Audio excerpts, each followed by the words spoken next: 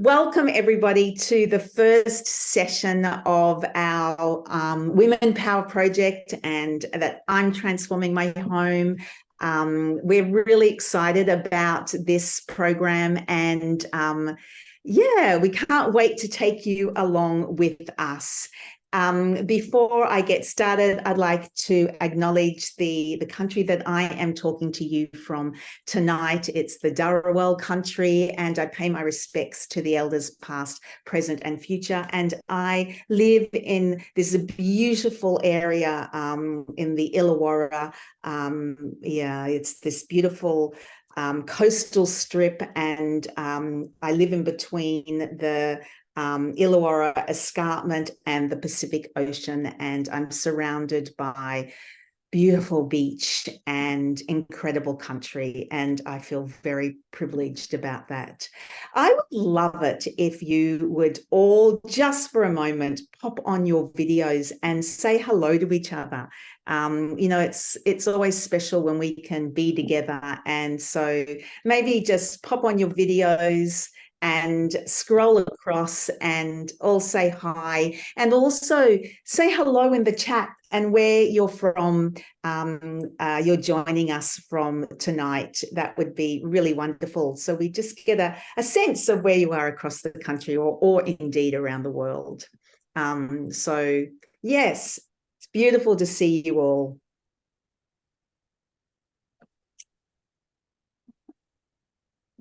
Hello, and I can see some very wonderful, familiar faces. There's Sandra Burns showing up her gorgeous t-shirt there. I can see Susie, gorgeous Susie, who is also lives in the same area as me. Hi, Susie.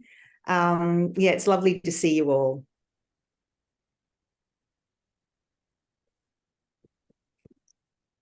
So I am going to just as before, if you can stay on gallery view for a little while, and then when we're speaking, if you can switch it over to speaker view, that would be wonderful, and then you can get a real sense of the speakers tonight, or me and Beth and Bree. So I'm excited about this first session because it is the first, step on our transition for, for turning our homes into energy superpowers. And I think that what we're going to be talking about tonight is really core to it all. It's thinking about energy efficiency, and the energy efficiency is really the beginning. It's really where we should start.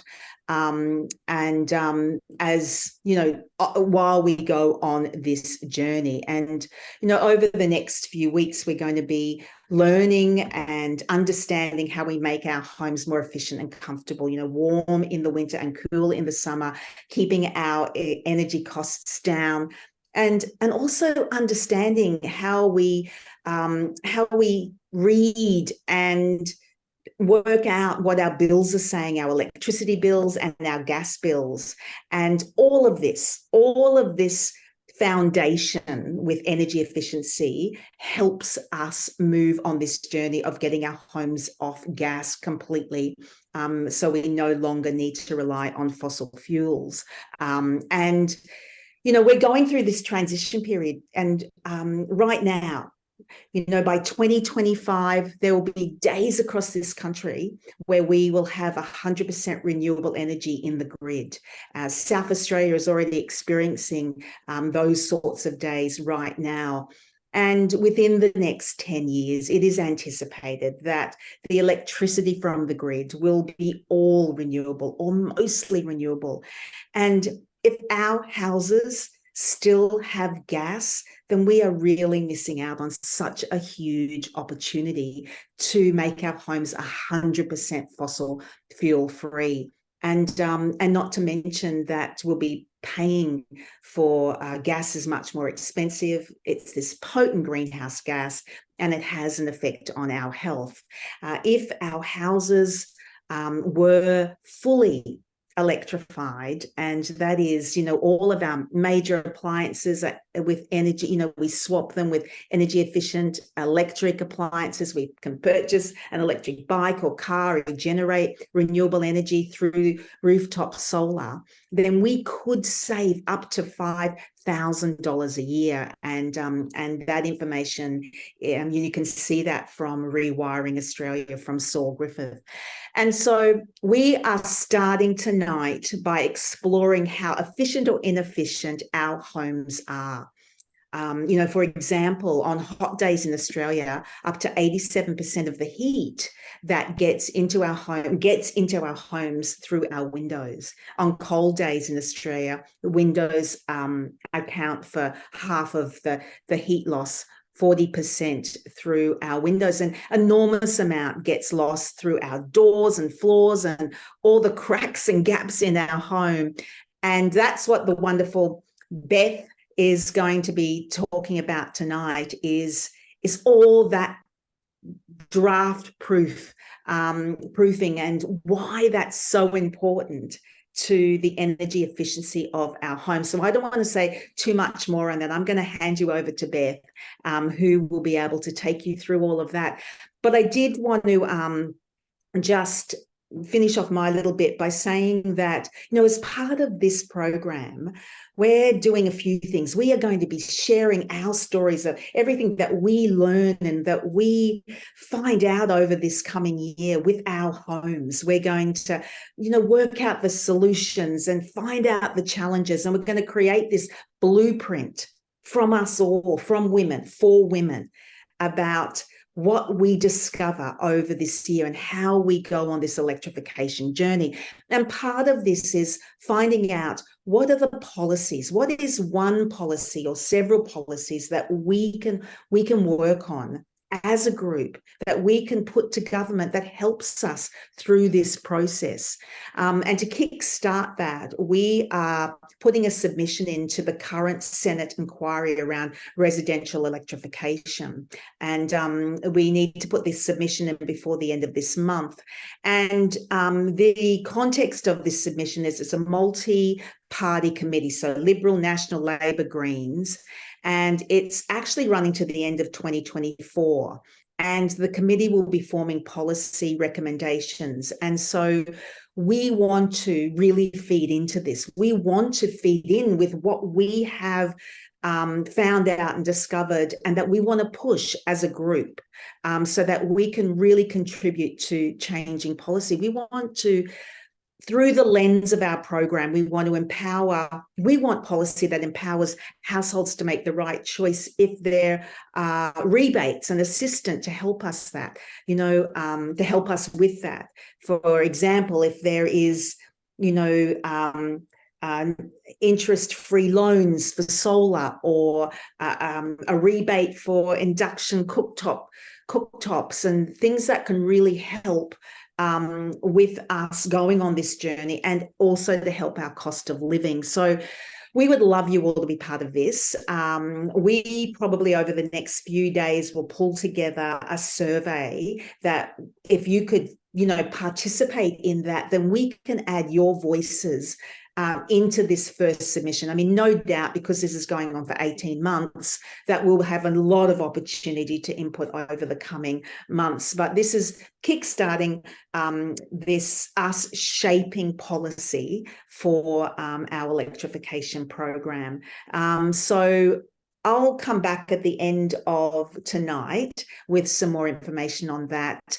I'm going to hand you over to Beth, who most of you met the last time you were on the call. I'm sure Beth will introduce herself. We are so grateful and so appreciated. Oh my God, I'm tired, it's late, but we are so grateful to have Beth with us, helping to guide us through this journey. She's one of the best. She works beyond zero emissions. We couldn't be prouder to have them with us on this journey. So over to you, Beth. And if everyone could go on speaker view now, and also any questions, chuck them in the chat. The wonderful Bree, put your hand up, Bree. We'll be collecting all the questions. We'll try to share them in this call, but if not, we promise we will do our best to answer them, and Bree will tell you more about that at the end. So welcome, thank you, and let's get started. Over to you, Beth. Hi, everybody. I'm just going to share a presentation. We're trying something a little new tonight. So what we're going to do is talk through the journey of electrification very quickly at the start, and then we're going to do a little bit of interactive play around your homes. So getting in touch with our household energy use is the name of the game. There are lots of different things that we can do in our houses, and we're very conscious, and I'm certainly very conscious of every time people say to me, because they know what I've done throughout my career is, but I've only got $100, what can I do? I've only got, not everybody can rush out and buy an electric vehicle or upgrade their air conditioning. So the things that we can do, oops, I think we just skipped a slide, but the first part of the energy efficiency journey, I'm just going to pop back because I'm not quite sure my ergonomic scroll bar is not my friend tonight. Skipping over a slide. So the different things that we can do have different cost points. But every journey that I've ever started in any building, whether it's a commercial building or a school or a home or a flat, has started with draft proofing. It's not the big sexy thing that everybody likes to see. Everyone loves solar because you can see it on your roof and you can talk about it. But the reality is one of the lowest cost things that we can do, and the first step in our energy efficiency journey is draft proofing. In my experience with ACT schools, and quite a lot of them, there's 100 of them, draft proofing can save anywhere between 4 and 20% of your energy cost, depending on how poorly your house is draft proofed. And lots of people will go straight to, it's all about the doors. Yes, the first step is the doors. So if you do have a mobile device with you, we're going to encourage you to walk around your house. It's okay if you don't, you can do it later. But the key to the first step is your front door. Do you have a phone? Please go, and we would encourage anyone, whether you're doing this tonight or whether you do it in the morning, to take photos of this part of the journey, because it can be quite a remarkable difference in how your house performs. So I recently, and can I just say one thing, Beth? And also, because we would love to share the photos of any gaps that you've got so that we can really share that with our community. No, that's exactly right, because you don't always notice them. I have recently or nearly completed an energy full electrification of my home. Now, on the right-hand side, you can see the front door. You can't actually see the gap there, but this is in a new build, and this is how the builder handed it over to me. You can see the gap on the bottom of that door.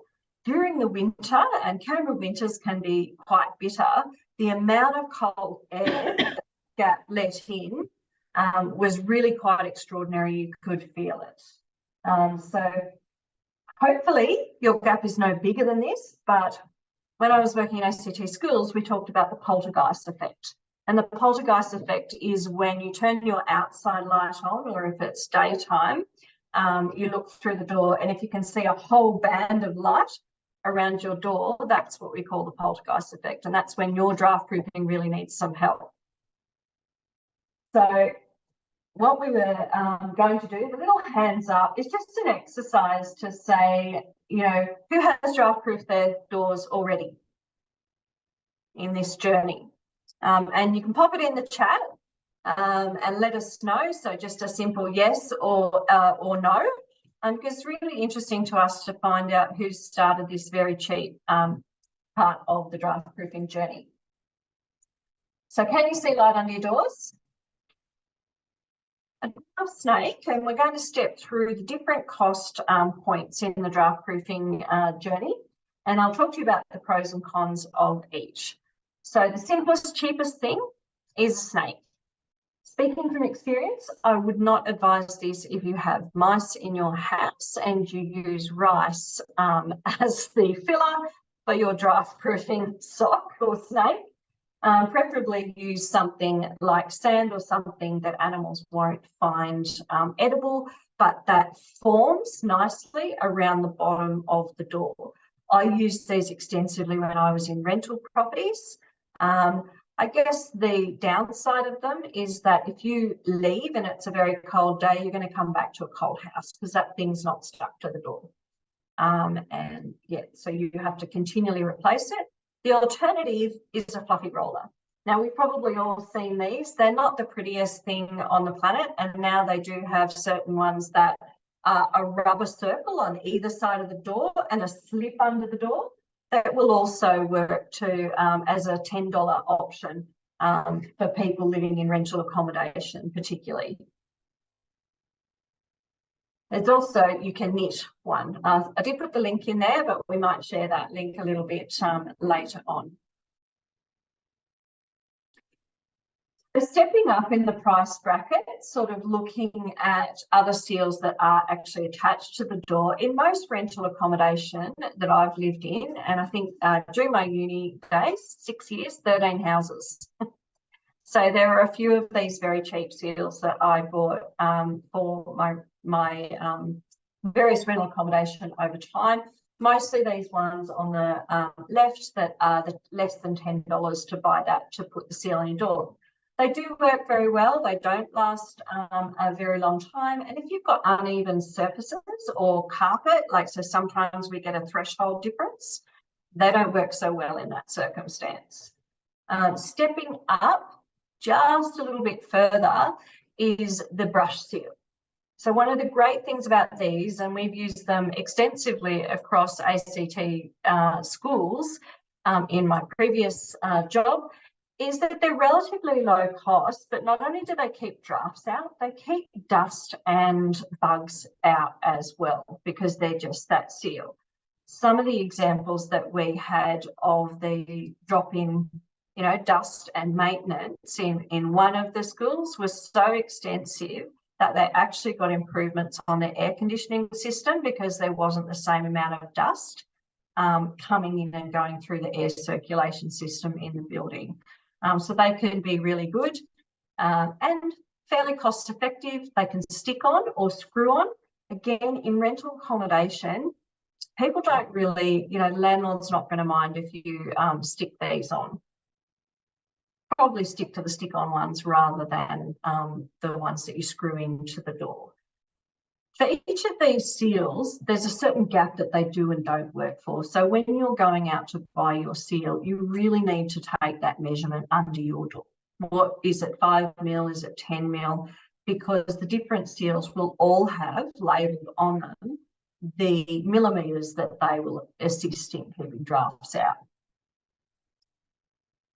Stepping up, if you own your home, you might want a more permanent solution, and there's certainly different solutions for different applications. The one on the left here is a storm seal. Again, you could probably install this one on rental accommodation if you wanted to. They are still in that lower price bracket.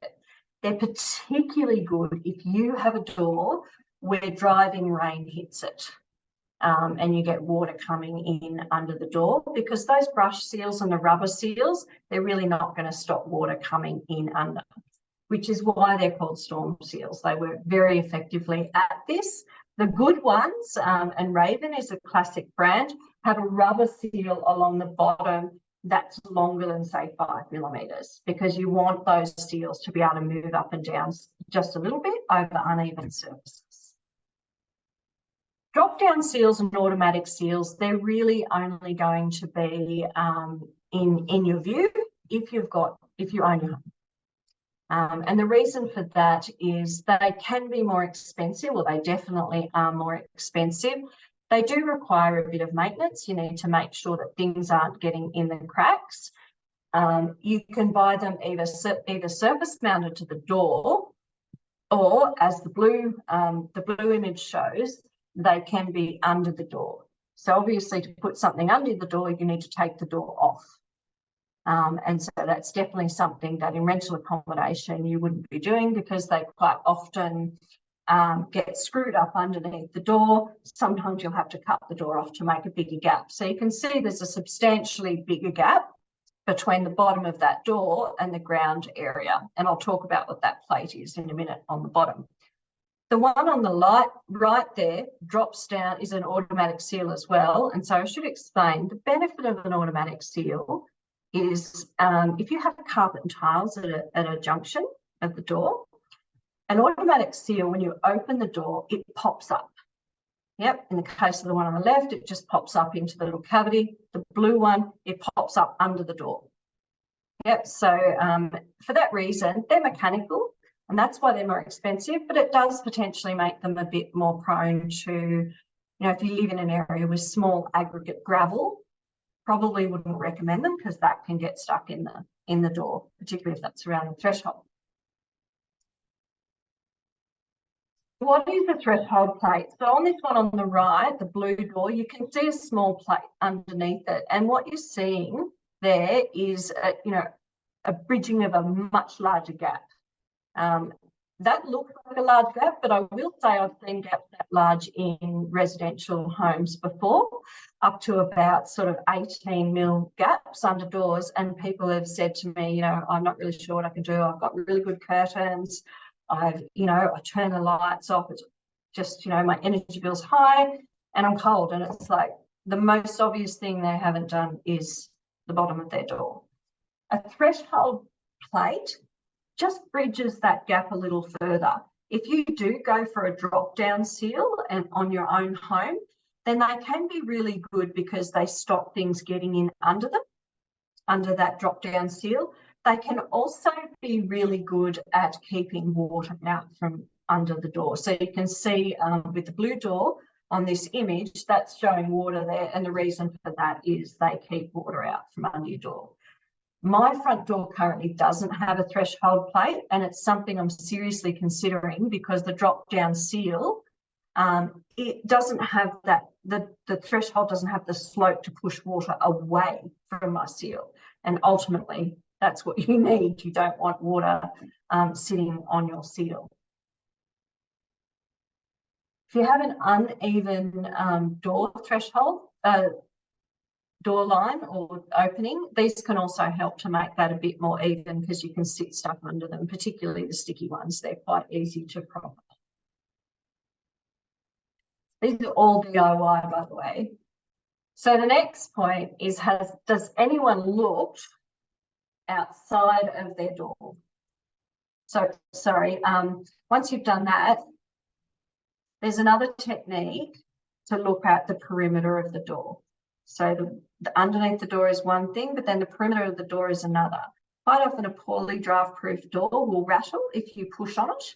And even if it has draft sealing around the whole edges of the door, it will still rattle because there's no sort of compression there. What we want around the entire inside edge of our door is the soft compression. And what that does is allows no air to get in and around the door. The best way to detect this that I've found is you often can't see it, that gap. And so one way that I've done is I've held a candle up next to the door or an incense stick where you can, very slight movements, you'll see a candle flash or incense trail away in a different direction. It's important to do that all the way around the door, including the top of the door, because quite often we don't seal the top of the door. And I know that sounds incredibly, it looks short-sighted when you draft-proof the sides of the door, but I've seen more than 100 doors that have had the draft-proofing just on both sides and not the top. So I don't have illustrations here for some reason. I thought I did. But what we're looking for is the classic foam seal that you see in shops, in Bunnings. They come in rolls, and those rolls are able to be stuck straight to the door. My tip there is isopropyl alcohol. If you have isopropyl alcohol and run it around the entire edge of the door, and for those who've never used it before, you can get it from the chemist, you can get it from Bunnings, little green bottle with an alligator on it. I think is the only brand in Australia. That, for any draft proofing that is stick-on, is an absolute must to ensure longevity. If you don't do that, any dust or grime behind it is going to lead to, a poor stick, and ultimately you'll lose that seal quicker than you might have needed to. So if you have done those, you're outside of your door, I'd be really interested to know. So this is the step. People often just do the bottom, don't do the sides. And what I'm interested to know is how many of you have made that journey before coming on this journey with us, and where you are in that journey for yourself as we go through each step. Zoe has a hand raised.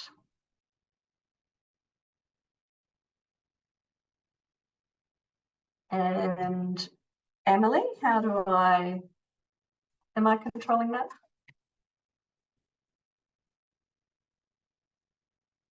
Do I have to unmute you? I think I do.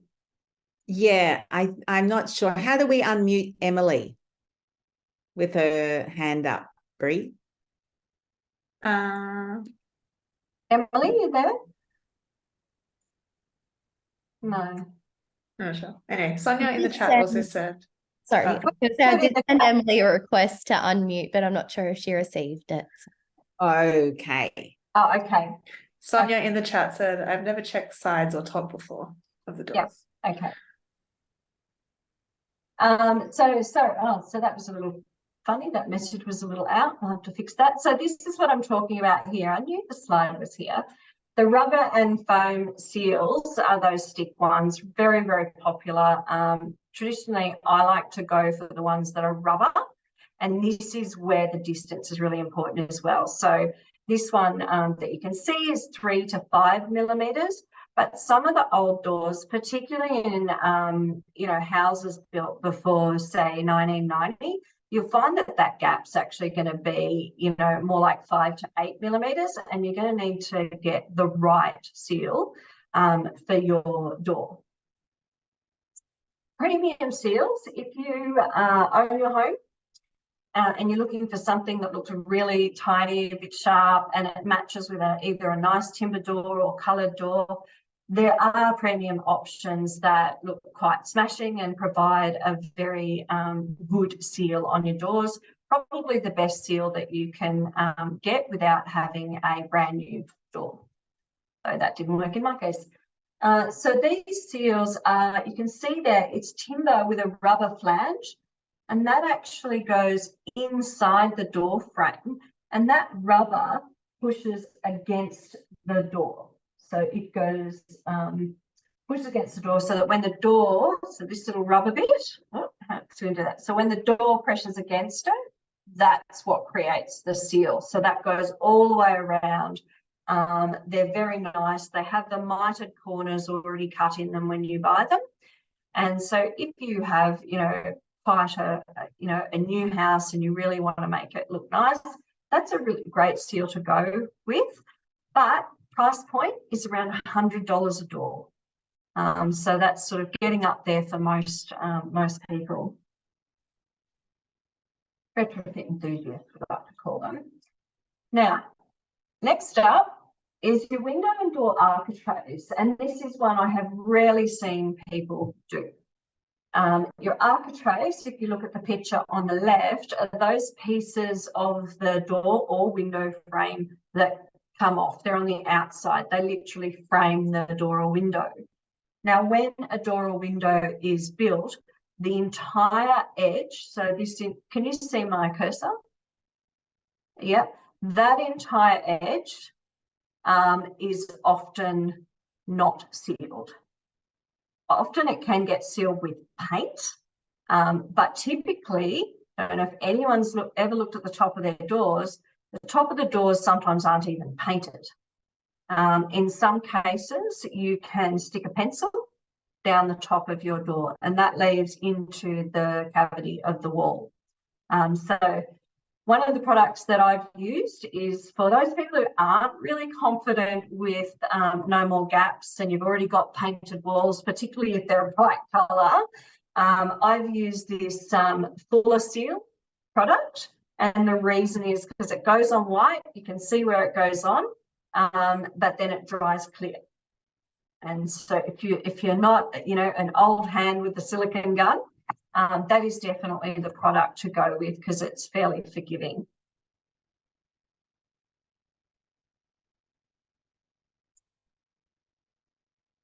So the next step in your draft proofing journey is skirting boards. Now there's a few different options here. These are all pictures of my home, and these are the pictures that go from the retrofitting, if retrofitting, from undone to done. The undone is how the builder left my house. And I could feel the draft coming in under the skirting boards because there's usually a gap between where they put the floorboards and the wall to allow for the expansion of timber over time if you have timber floors, but the same goes for engineered floors, and the same goes for some other products. Like cork won't go all the way to the end. And so if they put the skirt, as they have done here, a little bit up, then you'll get draft through that.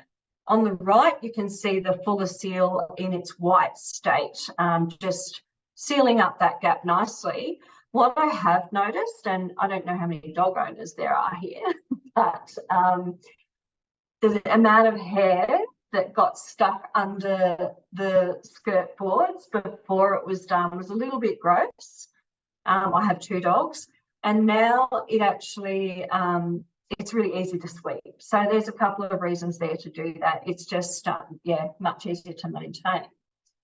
If you're renovating, what I asked before the skirting board went down, and this is always a challenge when you're renovating, I don't know if anyone's done it recently, I asked the builders to do this on every application. So this is the floor and the sheet of the wall.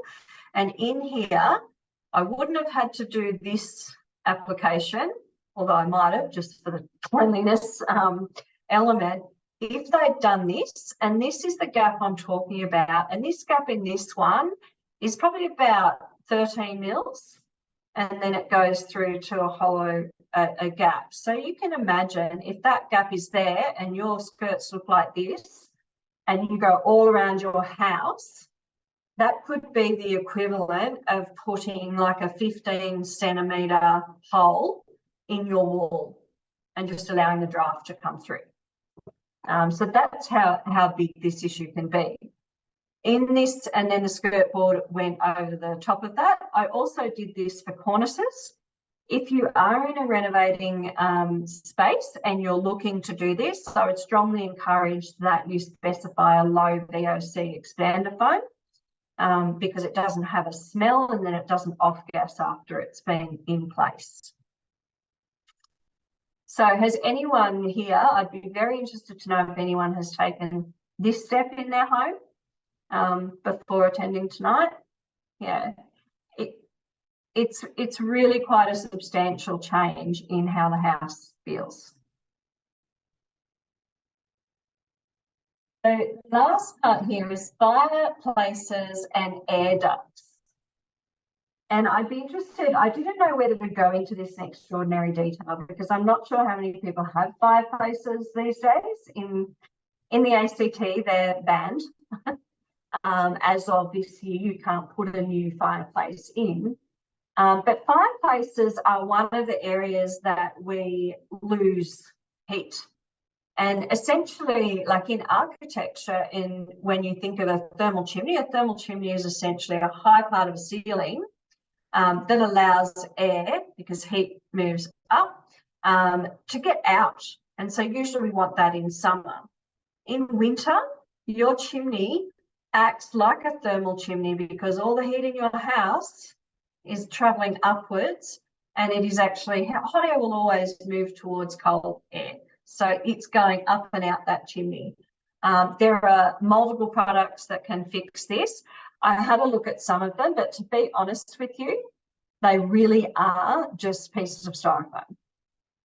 There's nothing technical or complex about them. And so you get inside your fireplace and you just put it up in the flue. Do remember to take it out though before you light the fire in the next season. So can people who have a fireplace just put fire in the chat? To see how many there are. And also people who have evaporative cooling. Now, not a lot of people look at evaporative cooling as a source of heat loss. My parents live in a 2-bedroom townhouse, and it had previously had ducted air conditioning that was no longer working. We took those out because they had a split system put in. We took those out and plastered over those. The difference in the temperature in their house was extraordinary.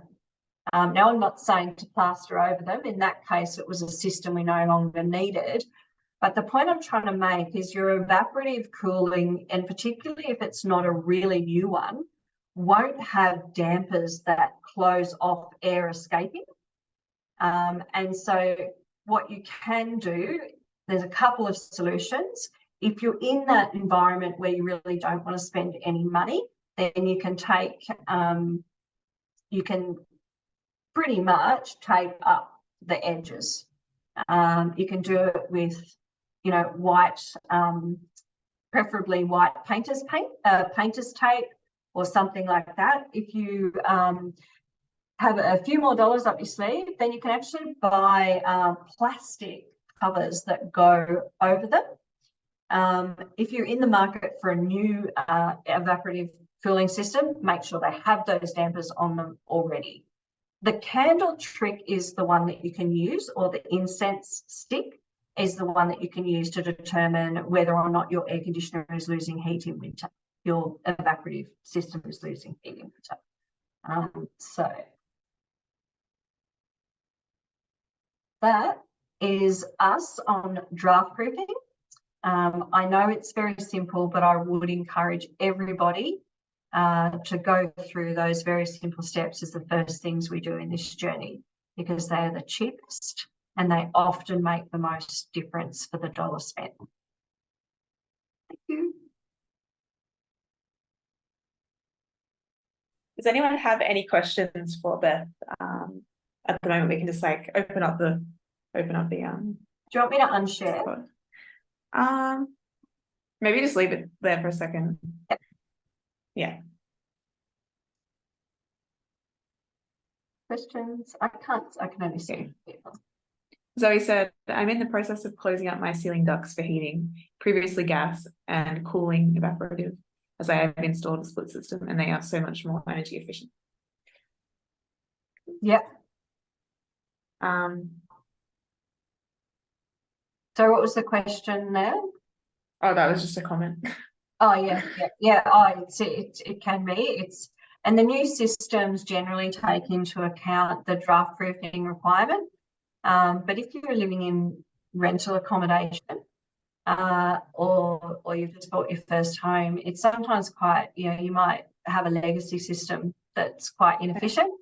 It won't help you during the summer when you need it, but during the winter it'll certainly help keep the house warmer. Sonia said, what about wall vents? Should we cover them, or do they need do they need to let air in? Do they need to let air in? So for some reason I can't see the chats. What was that one? What about wall vents? Okay, so this is a really common question. Now, wall vents have, if you're going to go the full hog and you're going to draft proof your house quite extensively and put in, a system that brings outdoor air in, then you would seal these off. Some people say to seal them off. Other people say they form a function in ensuring that the wall cavity doesn't retain moisture. If you have a mold problem in your house, I probably would not seal them off. If your house is dry and you've never seen a shred of mold, then by all means. And then Jossie said, yeah, is evaporative cooler the same as heat pump? An evaporative cooler is not the same as a heat pump. So a heat pump requires that usually you will have a unit on the wall and then a unit outside. Yep, and that's a heat pump. So your regular air conditioner split system is a heat pump. Yep, it's just not a water heat pump. It's the same technology. An evaporative cooler will have a unit on the rooftop and large units usually on your ceiling. Yep, so they'll look like, they can be ducts in new systems, but they're usually one very large unit per room that puts the cool air down. Evaporative coolers actually require you to have draught, essentially. They require you to have a window open because they work by pulling air through. And so draft proofing with an evaporative cooler in the summertime doesn't work so well because you need that airflow to come through. Otherwise, you create negative pressure in your house. But most houses would never get to that point because you have a lot of entry points for air. Reverse cycle systems, you can run those with a fully tight house.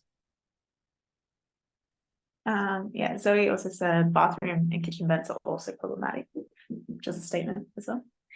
And then Rosemary has a sort of a separate question about induction cooktops. That she heard that they use twice the electricity of conventional electric cooktops. Okay, so you know the P function on your induction cooktop, there's it's like a power burst function, right? And it boils a kettle like that.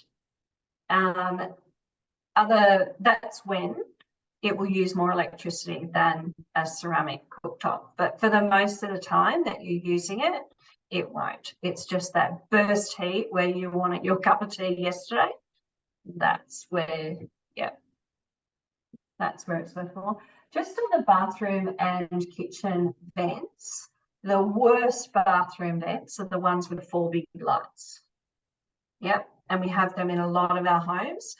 The more recent ones, and I've just replaced one at my mum and dad's place for them, mostly because I didn't want them getting up in their 80s and changing those light globes, but also to stop the heat loss. And the one that they have now doesn't have the high electricity use lamps. It actually has a warm air coming down, but it's also an extraction fan and it's also a light. It's like this amazing thing, but it doesn't have the same level of air loss at all, and it has a damper on the backside. They come from around $300 to $500, and then you've got to install it. So it's not a cheap option, and you'd probably just consider it if you had something that was definitely needed to be removed. In the kitchen, I was fortunate enough to negotiate a really good package on a downdraft system for my kitchen. And so instead of having a range hood, it actually gets sucked down. I really don't know how that works, but it gets sucked down, so you don't need the range hood. And it worked out around cost parity to have an induction and an induction with that, or an induction plus a range hood. And no heat loss. All right, thank you so much, Beth, and thanks for your questions, everyone. Could you go, Beth, to the I think the second last slide. Sorry, well, I've been playing with my ergonomic roller. There we go. Yeah. Oh, yeah. Well, we can start here first. We have started a Facebook group so that you can keep up with each other on this journey, sort of ask questions. You don't have to wait sort of once a month. We will be having these different sessions, and we're keen to show all these solutions, bring in experts and all of this sort of thing. But in the meantime, and for sharing and for asking questions, we do have a Facebook group. So feel free to scan the barcode, or I will put the link in the chat as well to join. And throughout the month, we do want to be sharing with you a few different, mostly energy efficient tips and things like that, because as Beth said, it is the place to start. And even if you are electrifying your home, you want to get the most out of it, and that's where energy efficiency comes in. So in the midst of the different Zoom events that we'll be having once a month, we aim to share first energy efficiency stuff, but then also electrification things as we go down the line. But the Facebook group is there as well for you to ask questions, and if there's anything you really want to know, we can address it in later sessions and really tailor it to what where you guys are at in your journey as well. So it's an interactive place for you to exist and for us to share stuff with you. But if you don't have Facebook, of course, we will also email you everything too. What else did I talk about? Yeah, so Beth, if you go to the link, that's it. Yeah, I will pop the link in the chat too. Oops, sorry, I did that.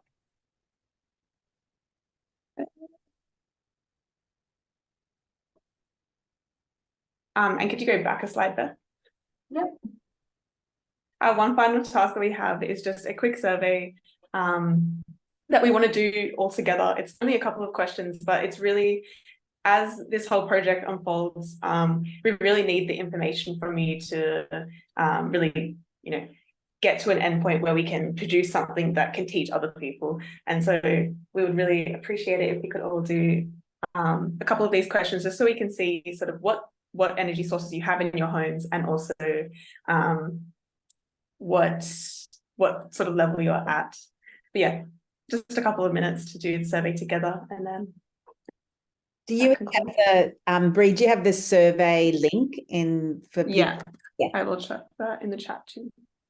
Fantastic. And yes, we're going to try and do all this together right now, and that would be wonderful. Thank you, everybody.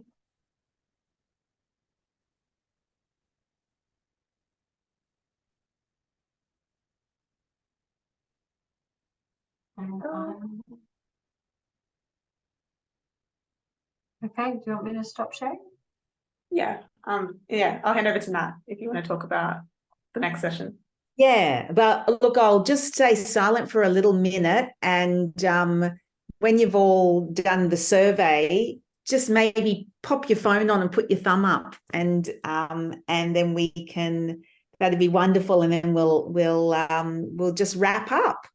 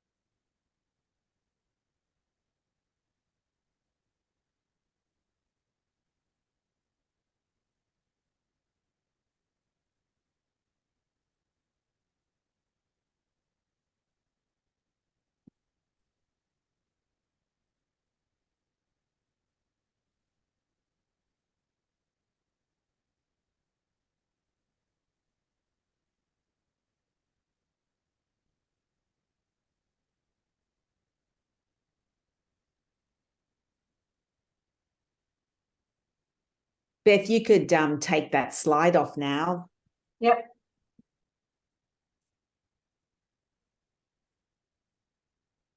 How's everyone going?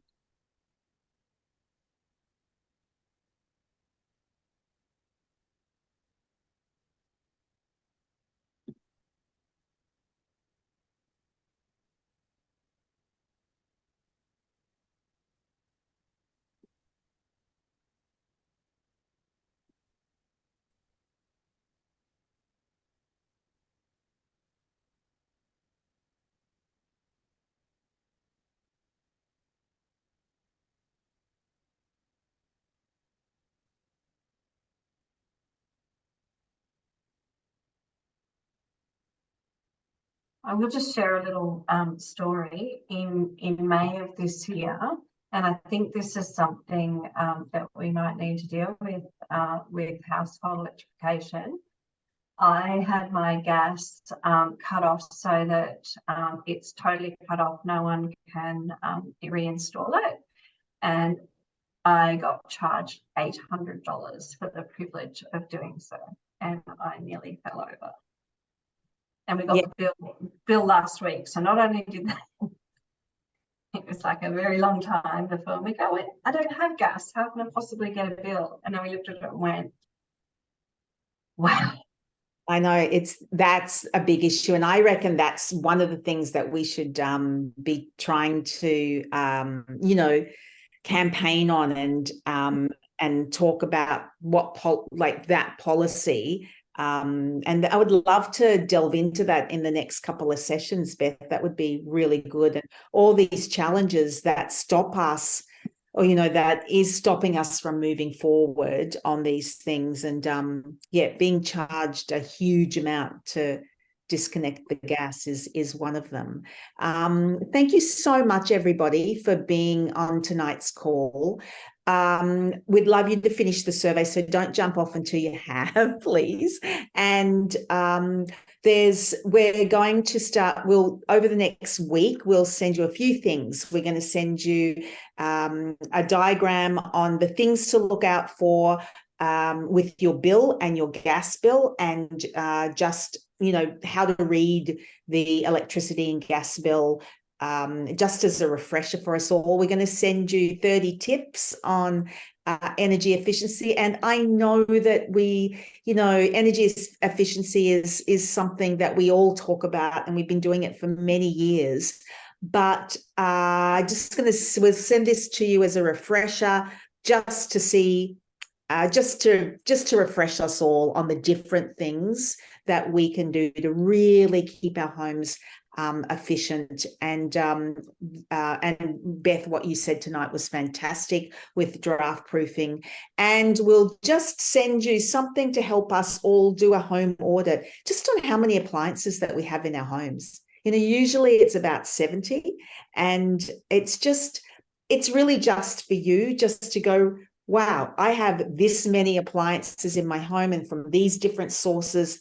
And I think that as we go on this journey together, it is just about getting in touch with the rhythm of our homes, and the behaviors, our behaviors is something that, do you turn a light on when you enter a room and have not thought about it before? Is there something that the household does that you've never thought through before in terms of the rhythm of energy? Do you go into the bathroom and always turn the light on instead of opening you wouldn't open the blind, but it's just thinking over the next couple of weeks of the rhythm of your home, just so that we're getting in touch with all the aspects. That would be fantastic.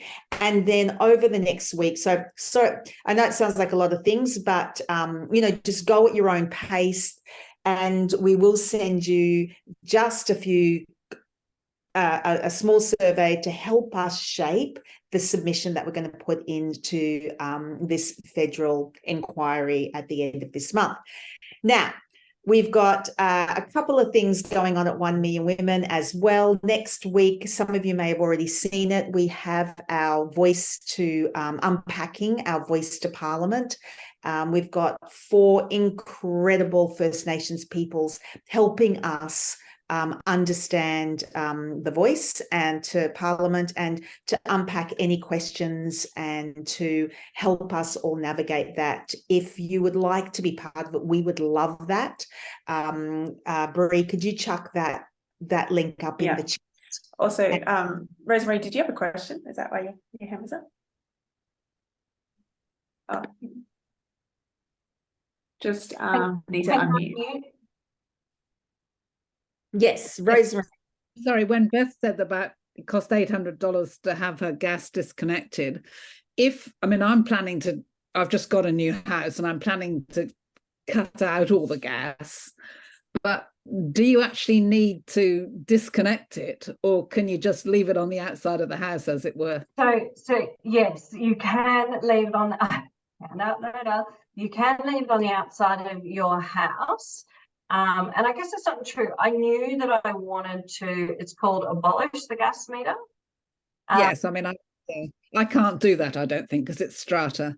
Strata, you can just, it'll be much cheaper. And it depends on where you live. My understanding is that in some jurisdictions, it's a much higher cost. Weirdly, in the ACT, who's now building gas-free suburbs, it's one of the most expensive jurisdictions to disconnect your gas in. And that might have something to do with the gas industry wanting us all to stay in the camp. But I didn't want anyone to move into this house and put gas in. Right. So yeah, we can definitely really troubleshoot some of these questions in the next session about how we disconnect the gas or what's the right thing to do. But any other questions, we're going to throw it into the Facebook group. Please join us there. And I think that's a wrap for tonight. Bree, do you want to throw our event for next week just up in the chat if anyone would like to join us with that? We would love it. And share it with anyone you think could benefit from this conversation. It does get more complex than today. And I think after we put that up in there it is. There's our conversation, understanding the voice to Parliament. Hope to see you there next week. Look forward to this continuing conversation on getting our homes off gas. Thank you, Beth. Thank you, Bree. Thank you, Jem and Emily and everybody for being here. Lots of love. And we've got Alice Guy to see us out tonight. We've got a beautiful, from our Love Earth Festival, Alice Guy to see us out. Stay to the end or leave when you want, and stay safe, everybody. Bye. Bye.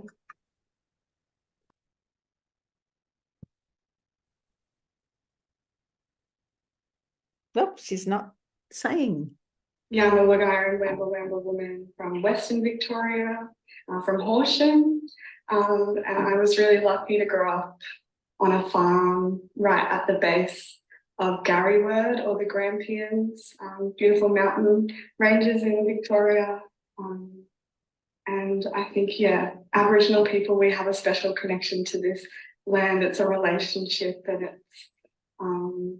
it feels like it's a part of your family. And I was very lucky to live in such a beautiful part of the world. And I used to sit on the back step of our farm and stare at the mountain and talk to it like it was a person. And so I wrote this song when I was